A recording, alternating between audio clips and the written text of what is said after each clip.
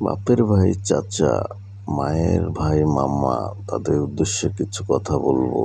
তোমরা যতই বাহাদুরি করো, বোনকে সম্পত্তি দিবা না, ভাইয়ের সম্পত্তি মেরে খাবা, জোর করে লিখে নিবা তোমার মায়ের কাছ থেকে, নিয়ে বলবা আমার মায়ে দিছে। এই যে এই কবরস্থানে তোমাকে আসতে হবে, শেষ ঠিকানায়। এখানে শেষ ফয়সালা হবে।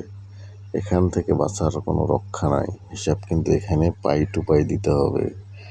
শরীরের গরম, রক্তের গরম, ম্যাডাম ম্যাডাম, বন্ধু বান্ধবের গরম, পাওয়ার দেখাও, দেখায় তুমি জমি জায়গা নেও, আত্মসাৎ করো, মানুষের লুটপাট করো। এখানে আসলেই তোমার ক্ষমতা ঠান্ডা হয়ে যাবে। এখনো সময় আছে। বোনের হক, ভাইয়ের হক বুঝিয়ে দাও, এসব থেকে বিরত থাকো। কবর কিন্তু ছাড়বে না। এ কবরে আসার আগে কবরের আযাব ভয়ঙ্কর। এখনো সময় আছে। এসব থেকে বিরত থাকো। কবরে অনন্তকাল থাকতে হবে। এখনো অনেকে সমাজে আছে ভাইয়ের সম্পদ মেরে খাচ্ছে, বোনের সম্পদ মেরে খাচ্ছে, মা সন্তানকে দিচ্ছে না, এক সন্তান 4 সন্তানকে দিচ্ছে, এক সন্তানকে দিচ্ছে না। এটার হিসাব এই কবরস্থানে হবে, শেষ ঠিকানায়। এই দেখেন কবরে ঘাস গাজাইছে, এটা পরিষ্কার করারও কোনো লোক নাই।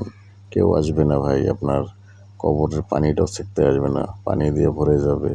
কোনো ক্ষমতা নেই, আপনি অসহায় হয়ে থাকবেন সেদিন, বাঁচার উপায় থাকবে না।